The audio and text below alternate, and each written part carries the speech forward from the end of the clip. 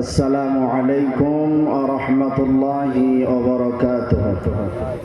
আমার বন্ধুরা ভাইরা, তাইলে আসেন এই মাদ্রাসা, যেই মাদ্রাসায় মানুষের মতো মানুষ তৈরি করা হয়, এই মাদ্রাসাকে আমাদেরকে হেফাজত করা লাগবে, কারণ সেই সময়টা এসে গেছে। এসেছে না আসে না? কথা বলে না, এসেছে না আসে না? বললো হুজুর এসেছে না আসে না এটা তো আন্দাজে বলা যায় না, তাহলে আপনি দলিল দেন। আচ্ছা আপনাকে দলিল দিই। আচ্ছা দলিল খুলেন, মেশকাত শরীফের কিতাবুর রিকাক অধ্যায়ের সর্বশেষ হাদিস। আপনি চলে যান মুসনাদে আহমদ শরীফে চলে যান, সেখানেও দেখতে পারবেন হাদিসটাকে।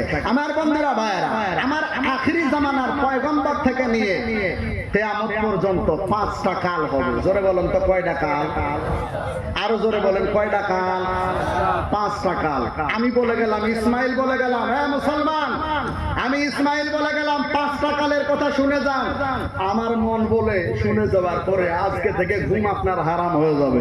আমার বন্ধুরা ভাইয়েরা, আমি যেদিন থেকে দেখেছি, আমার ব্রেন যেদিন থেকে ঢুকে গেছে, ভাই বিশ্বাস করেন, আমি লিখতে 200 পৃষ্ঠা পার করে দিয়েছি শুধু একটা হাদিসের ব্যাখ্যা। আমার বন্ধুরা ভাইয়েরা, সবগুলা বলা সম্ভব নয়, তবে সংক্ষেপে আপনাদেরকে 5টা কাল শোনাবো। আপনারা শুনতে রাজি আছেন ইনশাআল্লাহ? না এটা থাকবে, অন্য কিছু বলবো না, অন্য কিছু বলি। 5টা কাল কেন বললাম? আল্লাহ তাআলা মুমিন বান্দা আর মুসলমান বান্দার সঙ্গে ব্যবসা করার সময় এসে গেছে। কারণ হলো এই কালটা চলতেছে জোরজার। আরো জোরে বলা লাগবে, জোরজার। কথা বলেন না কেন? জোরজার, মুলুকদার। এখন আপনারা দলিল নেবেন, দলিল খুলেন। বিশ্বনবী বলছেন, আখিরি জামানার পয়গম্বর আমি মুহাম্মাদুর রাসূলুল্লাহ যখন দুনিয়া থেকে বিদায় নিব, আল্লাহ তাআলার দেওয়া 1 নম্বর কালো বিদায় নিল। আচ্ছা নবুয়তের কাল, 1 নম্বর কাল নবুয়তের কাল আছে না চলে গেছে? আরো আসতে বলেন, আছে না চলে গেছে? তাহলে বাকি থাকলো কয়টা কাল? এখন এই 4টা কালের পরে দুনিয়া ধ্বংস হয়ে যাবে, দুনিয়া চূর্ণ বিচূর্ণ হয়ে যাবে। কিসের এত বাহাদুরি, কিসের এত অহংকার? আমার বন্ধুরা ভাইরা, এই 4টা কালের পরে দুনিয়া ধ্বংস হয়ে যাবে। বিশ্বনবী বলেন 1 নম্বর কাল নবুয়তের কালের পরে আরেকটা কাল আসবে, যেই কালটার নাম হলো খিলাফতের কাল, মানে সাহাবা কেরামদের কাল। তারপরে সাহাবা কেরামদের কাল চলে যাওয়ার পরে আমার বন্ধুরা ভাইরা, খিলাফতের কাল বহুত দিন পর্যন্ত চলবে। আচ্ছা বলেন তো, এখন খিলাফতের কাল আছে না চলে গেছে? কথা বলে না, আছে না গেছে? চলে গেছে। তাহলে 5টা কালের মধ্যে 2টা চলে গেল, বাকি থাকে কয়টা? 3টা বাকি থাকে। বিশ্ব নবী বলেছেন 3 নম্বর কাল যেইটা হবে সেইটা হলো মুলকান আদন, অর্থাৎ সারা পৃথিবী জুড়ে রাজতন্ত্র চলবে, রাজা আর প্রজা। এই যে আমাদের মুর্শিদাবাদ নবাব সিরাজউদ্দৌলা ছিলেন, তারপরে রাজা গৌর গোবিন্দ ছিল, এইরকম ভাবে অনেক রাজা প্রজা ছিল। আচ্ছা বলেন তো দেখি, এখন রাজা প্রজা আছে নাকি?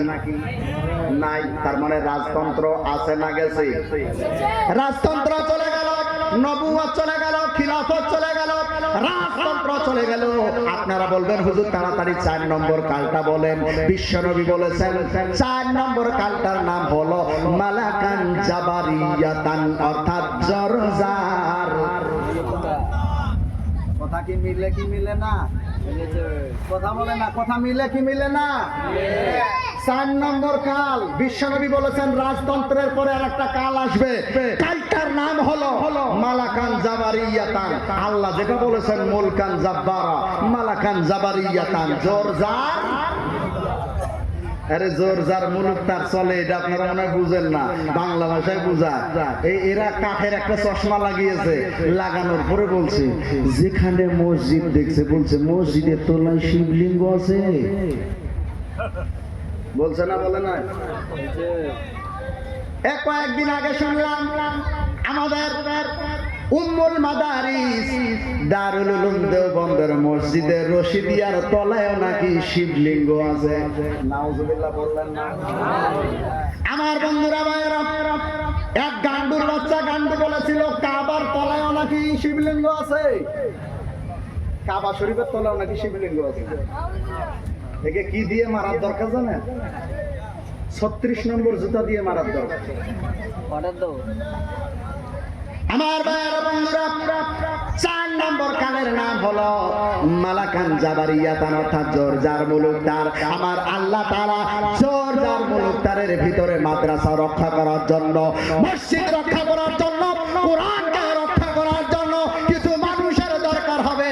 আল্লাহ তাআলা বলেছেন আমি কোরআন নাজিল করেছি, কোরআনকে আবার হিফাজত আমি আল্লাহ তাআলাই করব।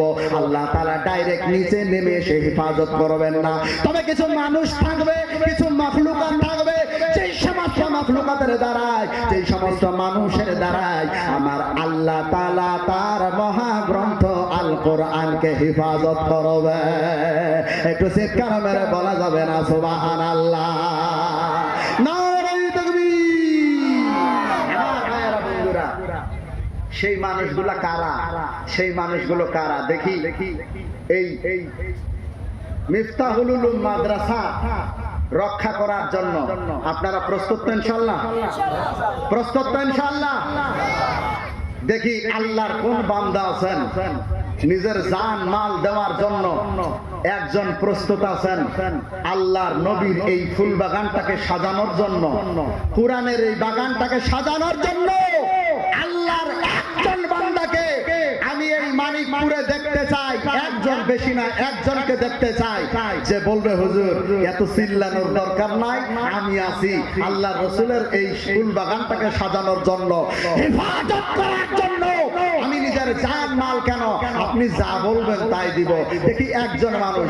কত জায়গায় গেলাম, আসাম, ত্রিপুরা, মেঘালয়, নাগাল্যান্ড, মণিপুর, উত্তরাঞ্চল প্রদেশ, আমার বন্ধুরা বাংলাদেশের 64টা জেলা পর্যন্ত ওয়াজ করতে গেলাম। আমার ভাইরা বন্ধুরা কত জায়গায় 50,000, 1 লক্ষ, 2 লক্ষ, 5 লক্ষ পর্যন্ত মানুষের কাছে বলেছিলাম। আমার বন্ধুরা ভাইরা, আজকে আমি আপনাদের কাছে 5 লক্ষ বলবো না, এই মিফতাহুল উলুমের জন্য আমি একজন আল্লাহর রাসূলের আশিক দেখতে চাই। এই মালাকান জাবারিয়াতান এই কালের মধ্যে আল্লাহর একজন আশিক বান্দাকে দেখতে চাই, যেই মানুষটা আল্লাহর রাস্তায় 1 লক্ষ টাকা দান করবে। একজন মানুষকে দেখবো, দেখি আল্লাহর কোন বান্দা আছেন, কাকে আল্লাহ কবুল করেছেন। একটা তাকবীর লাগাবো আল্লাহর নামে, গলা ফাটা তাকবীর দিবেন, দেখি ইনশাআল্লাহ তাকবীর দেওয়া হয়ে যাবে। আল্লাহ যাকে কবুল করেছে ইনশাআল্লাহ দাঁড়িয়ে যাবে। দেখি একটা তাকবীর হবে, জোরে নারে তাকবীর! একজন বলেন তো দেখি, 1 লাখ টাকা আমি দিব ইনশাআল্লাহ মাদ্রাসায়। কত মেহমান এসেছে আমি দেখলাম। আমার বন্ধুরা, একজন মানুষ মিফতাহুল উলুমের জন্য একজন, দেখি 1 লক্ষ টাকা কে আছেন দেখি।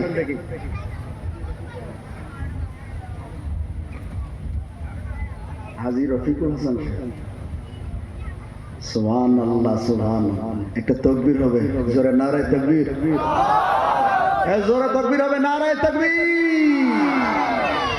আপনাদের সুপরিচিত মানুষ জিনার ওসিলায়, তারপরে এই যে আমার ভাইজান এখানে বসে আছেন জহির সাহেব, উনার ওসিলায় আজকে বড়দের এই স্টেজে। আমার তো যোগ্যতা নাই, এলেমও নাই, আমলও নাই, তারপরে আল্লাহ বসিয়ে দিয়েছেন। শুকরিয়া আল্লাহ, এখানে বড় বড় মানুষরা বসেছেন, সেই জায়গায় আমার মতো নগণ্য বসতে পেরেছি। আল্লাহর শুকরিয়া, আলহামদুলিল্লাহ।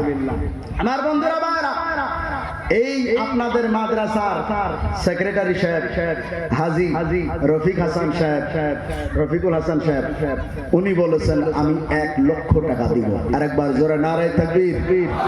নারে তাকবীর! 1 লক্ষ টাকা হাজী সাহেব দিয়ে দিয়েছেন। আচ্ছা বলেন, আপনাদের কাছে একটা আমি এই ছোট ব্রেন একটা প্রশ্ন করে যাই, বলেন তো ইসলামের খুঁটি কয়টা? জোরে বলেন, বলা লাগবে কয়টা? 5টা। হাজী রফিক সাহেব যদি একলাই থাকে তাহলে কি মাদ্রাসাটা দাঁড়িয়ে থাকবে? থাকবে না। তাহলে আরো 4টা খুঁটি লাগবে। দেখি 4টা খুঁটি হওয়ার জন্য, হাজী রফিক সাহেবের জোড়া হওয়ার জন্য কত মেহমান মাদ্রাসাতে আজকে এসেছেন। আল্লাহর আরেকজন বান্দা হাজী রফিক সাহেবের জোড়া হওয়ার জন্য একজন বান্দা দাঁড়ায়া যাবেন, আল্লাহর নামে একটা তাকবীর হবে ইনশাআল্লাহ। আল্লাহর নামে একটা তাকবীর দেওয়ার পরে, নারা দেওয়ার পরে আল্লাহর দ্বিতীয় বান্দা হাজী রফিক সাহেবের জোড়া হওয়ার জন্য দাঁড়ায়া যাবে। জোরে নারায়ে